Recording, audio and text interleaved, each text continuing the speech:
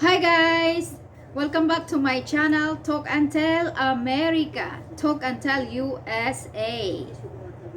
Our topic for today is Rodrigo Duterte's hearing. So, we will talk about him since it is his hearing. And right now I'm watching, but it is live 2 days ago, so it was yesterday and today. So now we're gonna get your point of view about him. Is he guilty or not? Of course, yung mga fans ni ex-President Duterte sasabihin, yes, he is not guilty. Ayun namang mga hindi fans ni President Duterte, ex-President Duterte, the Philippines, sabihin nila, guilty. So, dalawang hindi magkasundo na panig. Talaga naman kasi doon nga mag-aaway, di ba?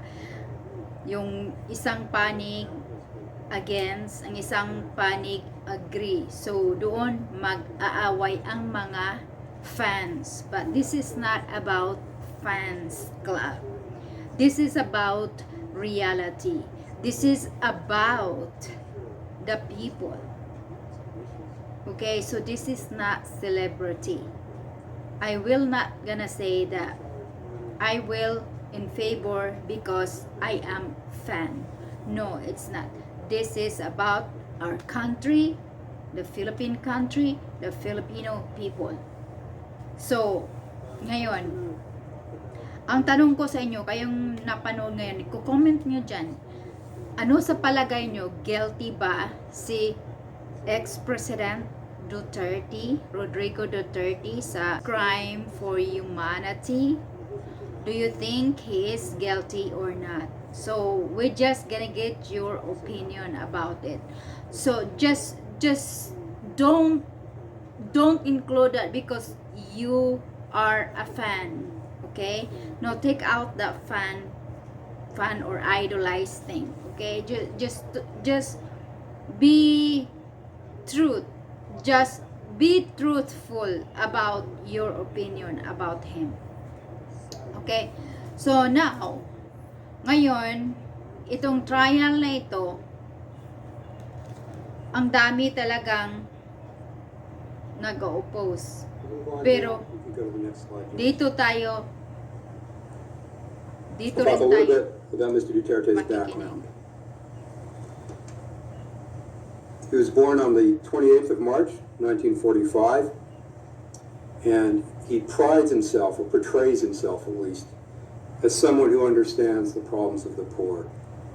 But as my friend stated, he actually comes from a very privileged family. His father was a lawyer, yes, a politician, even a provincial governor. And as a young man, Mr. Duterte became a lawyer.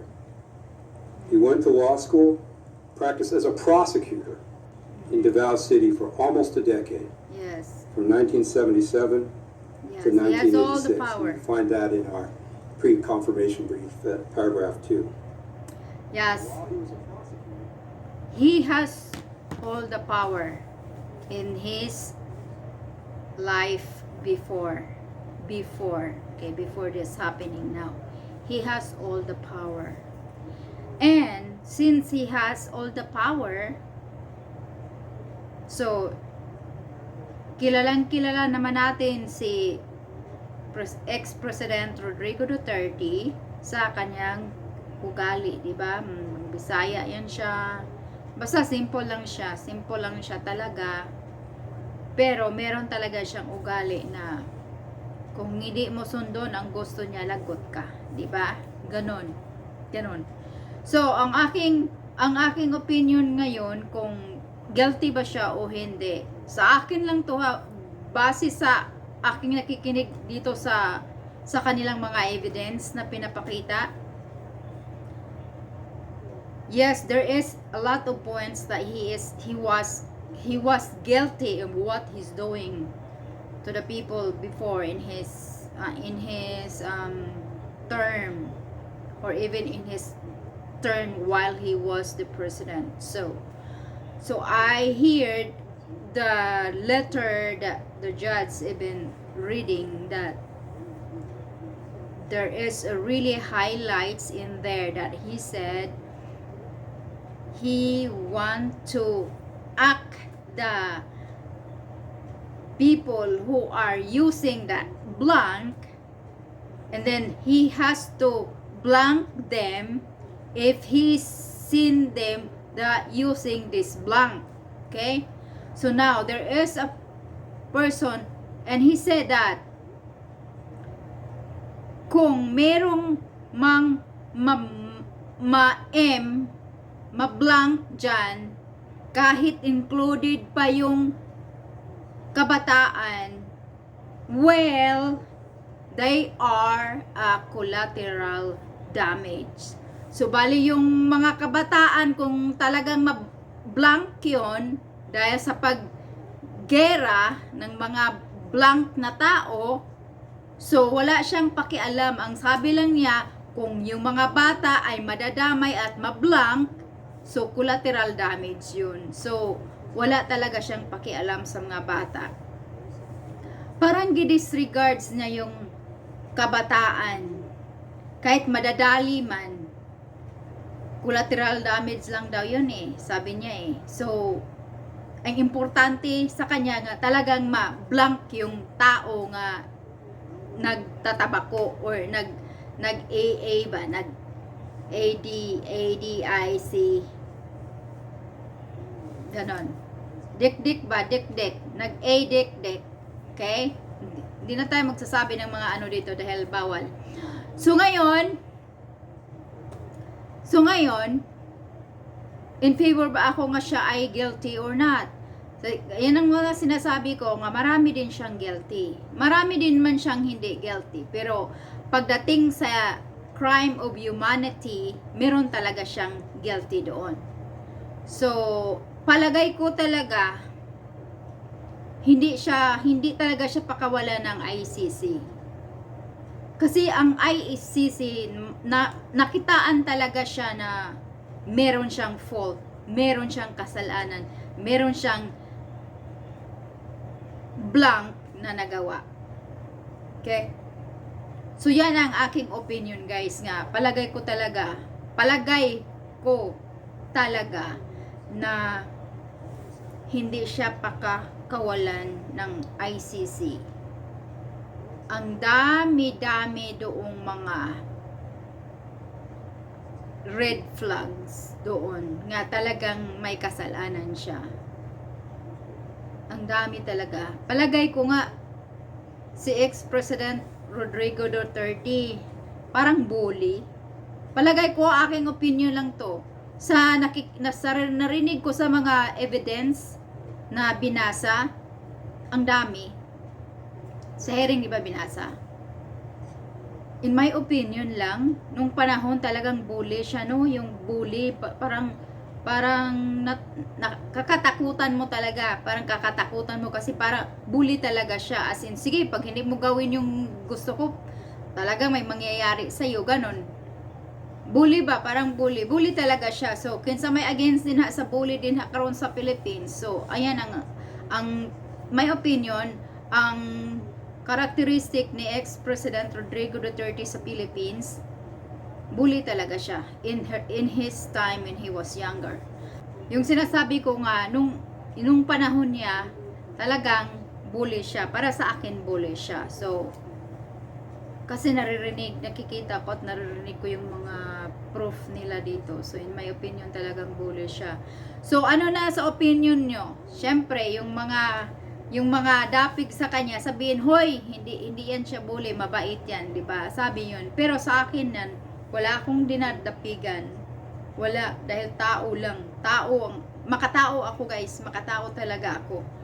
So, para sa akin talaga, bully siya nung panahon na yun. Kapanahonan niya, bully talaga siya. So, ngayon, para talaga siya sa case niya ngayon, sa hearing niya ngayon, para talagang i-hold pa talaga siya sa ICC. Sa akin lang to ha. Kasi tinitingnan ko yung mukha ng judge nga nagbasa. Talagang ano siya ba, talagang feel niya na ihang ikip doon si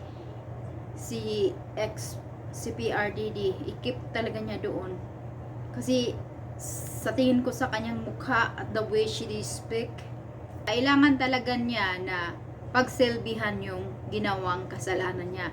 Yan ang nakikita ko sa mukha ng judge. O so yung hastang sa pagbasa niya, the way she speak.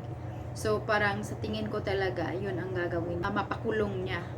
Mabigyan talaga niya ng ng judgment yung mga tao, yung sinabi niyang mga victims daw. So tingnan natin kung anong magagawa ng mga lawyers ni ex-President Rodrigo Duterte. Tingnan natin kasi tuloy-tuloy pa ang hearing, 2 days na to. Para sa akin talaga, maaawa man tayo dahil matanda ng tao. Pero naman dito sa ibang bansa, kahit gaano ka pa katanda, kahit gaano ka pa kamasakitin, or kahit hinimatay ka na, pag may kasalanan ka talagang pipresohin ka. Hindi tulad diyan sa Philippines ang mga laws dito, guys. Tandaan niyo kayong mga Filipino, ang mga patakaran dyan sa Pinas ay ibang-iba sa patakaran ng ibang bansa. Very light dyan sa Philippines. In fact, yung mga mayayaman dyan, yan ang get away for what they're doing bad. So, kawawa dyan ang mga mahihirap kasi sila ang madaling mapriso kahit wala ng kasalanan. Ang mga mayayaman, just stay away out and they are just fine doing whatever they want to do. Have fun, and they are continuing their things, the bad things, and they don't care because this is Philippines. They can get away whatever they've done. So that's the difference sa ibang lugar. Kaya kayong mga Pinoy dyan, wag na kayong umaasa. Wag na kayong umaasa kasi kung ang ICC na ang mag-decide, at sa tingin ko naman itong judge na to, talagang awang-awa siya sa mga bata, guys eh. Yung mga batang ginagawang collateral damage ni Duterte.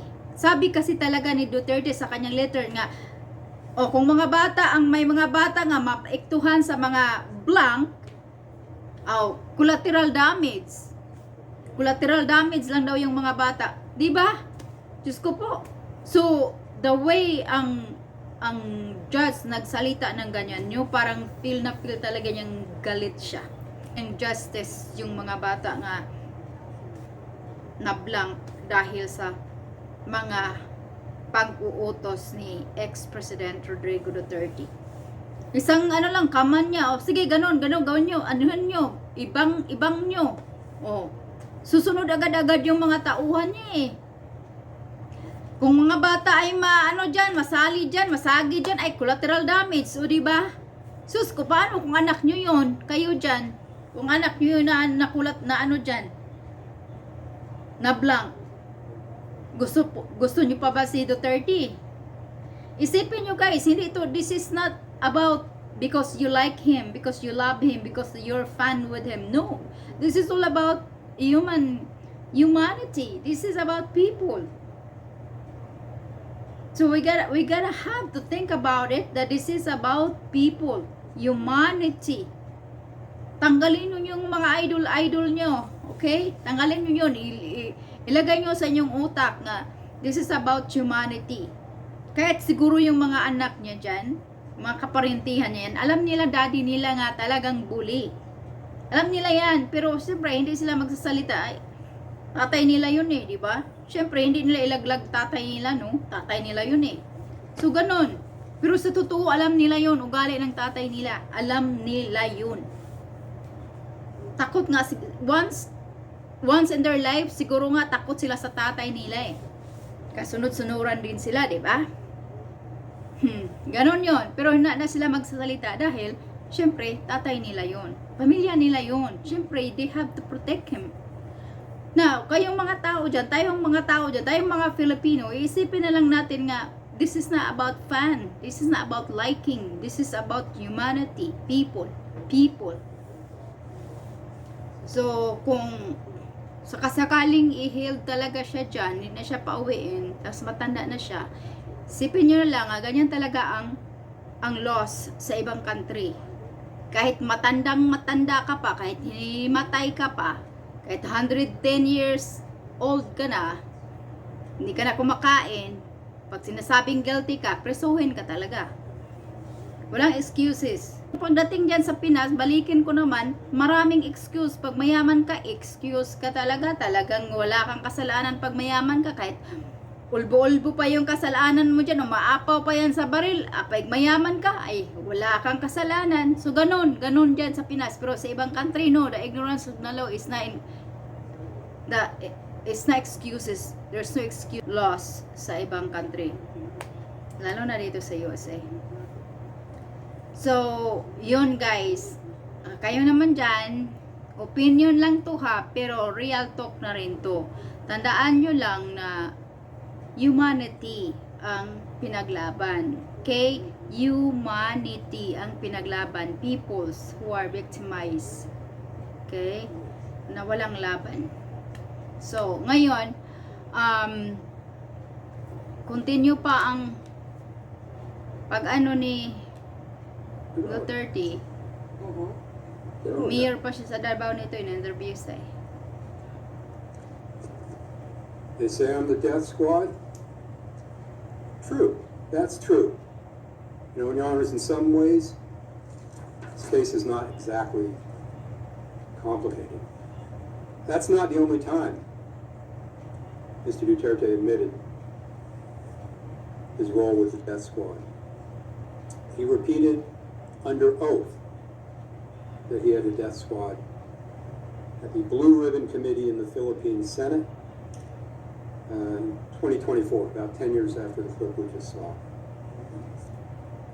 However, in this exchange, he denied that the death squad included police officers in some type of apparent effort to protect them. This is tab 41.1, if you bring it up, please. Mr. Duterte, under oath, quote, I can make the confession now if you want. I really took care of it. But please don't involve the police. They're the ones who self-serve. I have a death squad, but not the police. These were gangsters. He says it again. In the same hearing, he confirms this admission. Go to the next one, please. Tab 41.1. The senator asks, quote, so what the former president dropped earlier, that they have a death squad, was a bombshell. Whatever name it goes by. Whether police or non-police.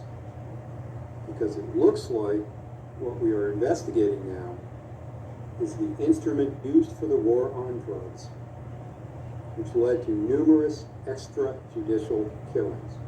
For the record, Mr. Chair. End quote. Mr. Duterte's response, quote, you are correct, ma'am. You are absolutely right. End quote.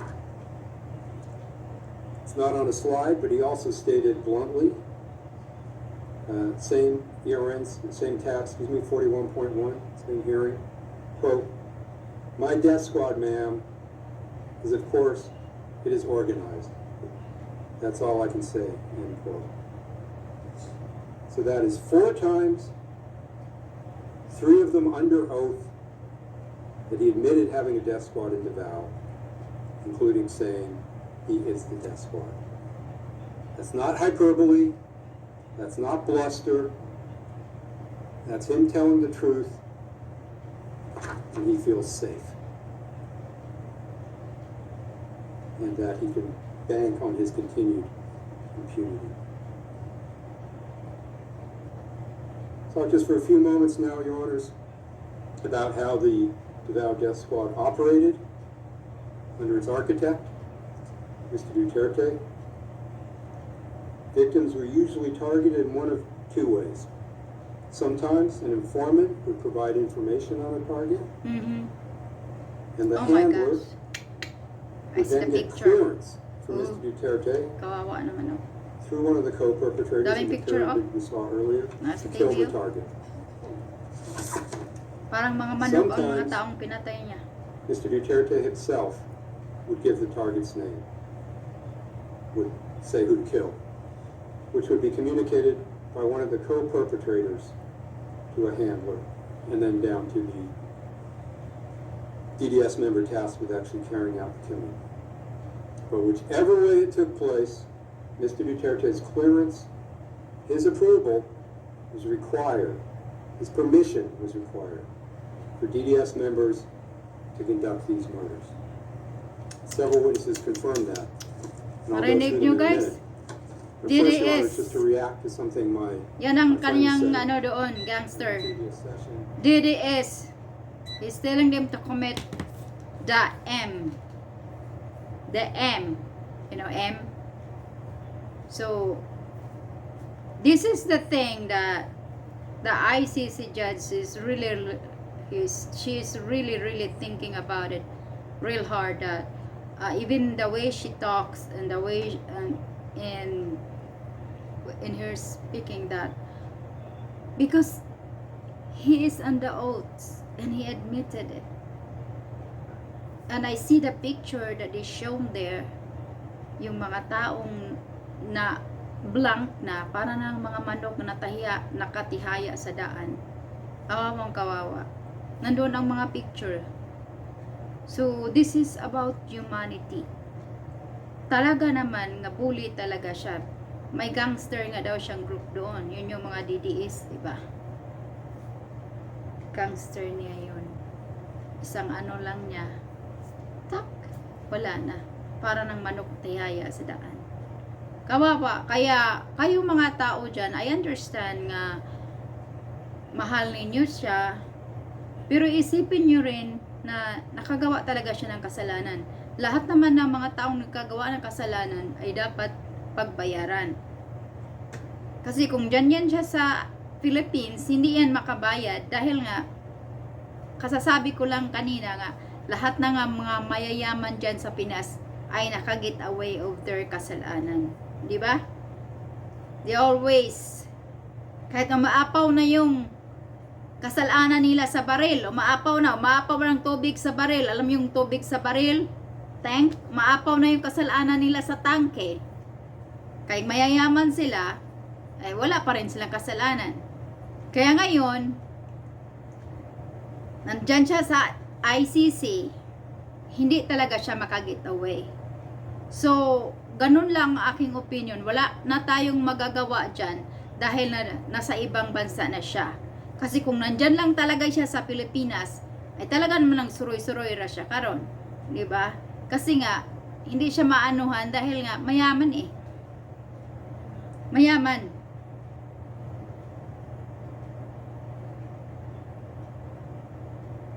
See? Ito oh.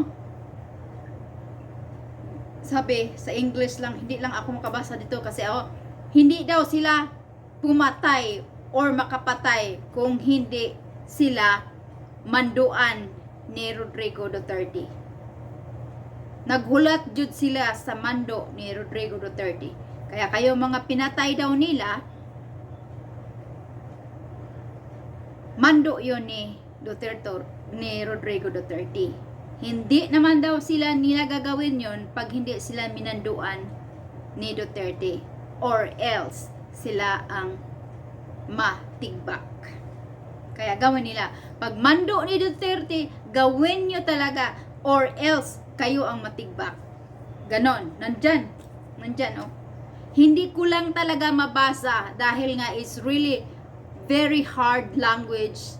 It's not allowed here sa atong pagbablog. Hindi allowed. So, kaya hindi ko i-mention. pasensya na nga, parang nagkabulol ako kasi nga hindi ko mamimension dahil iniiwasan kong mag-mention ng mga very strong language. Ayan, no? 10,000 people per bang. Sa mga, parang mga manok nga guys eh. Yung mga picture nga show dyan, parang mga manok nga na tighaya sa daan nga wala nang buhay ang mga tao. Meron siyang death squad. So, yung mga DDS niya, yung mga gangs niya. So, ayun, ang aking pasensya na hindi ko masabi talaga ang mga strong language diri, pero I think you understand what I'm talking about, guys. So, now, if you have an opinion, write down the comment and iwasan nyo lang mag-comment ng very hard words kasi tao lang tayo. We are not the one who judge to be judged or who judge the person. Okay? We're not allowed to judge. Sino ba tayo magda-judge? Diba? Tao lang tayo. Wala tayong karapatan. So, ingat-ingatan lang nyo magsalita sa comment section kung mag-comment kayo kasi we don't have a right to judge. So, ayan, nandoon na siya sa ICC. So, mga judge na talaga yung mga qualification na ang ma-judge sa kanya. Pero sa atin lang, sa akin lang na this is about humanity.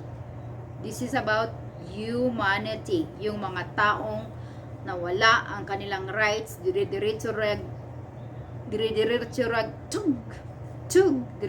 rang ganon. So, ito yon nga dapat mabigyan ng hustisya yung mga nabiktima. Di ba? Kung gugustuhin nyo talagang makikita o marinig nyo ang katotohanan, nandyan sa YouTube lahat ang mga tape nila na YouTube eh. Nandyan sa YouTube nga ako nanoon ngayon oh. Second day na to na trial. So, talagang television nila kasi nandyan sa YouTube. So, ngayon, pakinggan nyo yan para meron kayong knowledge. Alam, marami namang mga tao dyan sa Pinas nga puro may mga cellphone. Punta kayo sa YouTube nyo, pakinggan nyo at malalaman nyo. Sige guys, thank you so much. This has been Real Talk America. Hindi naman ako fans ni Duterte. Wala akong fans. I'm for the people. I'm for the right. I am the right wings. Okay? Right wings. I am right wings. Okay? I'm not left wings. I'm right wings. So, I'm for the people. And hindi ako mag-judge. Wala. Ang akin lang dito, opinion lang talaga to. Pero, I don't want to judge. Okay? Alright, guys. Thank you so much. And next time, kung anong malalaman ko dito about this continuing trial of Rodrigo Duterte, I will make another video about it.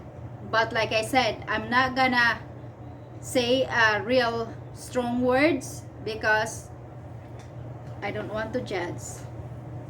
I'm just saying my opinion. Okay? Bye! And I'll see you next time. Bye-bye. I'm still watching. Oh, ay, kay kawawa. Oh.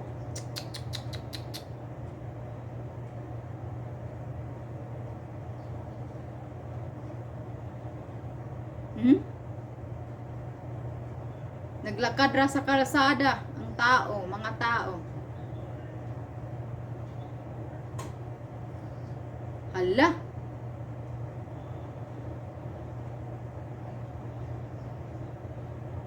Oh no. Naa sa video guys oh. Atuon niyo sa YouTube. Ano sa gipakita sa video. May oras pa.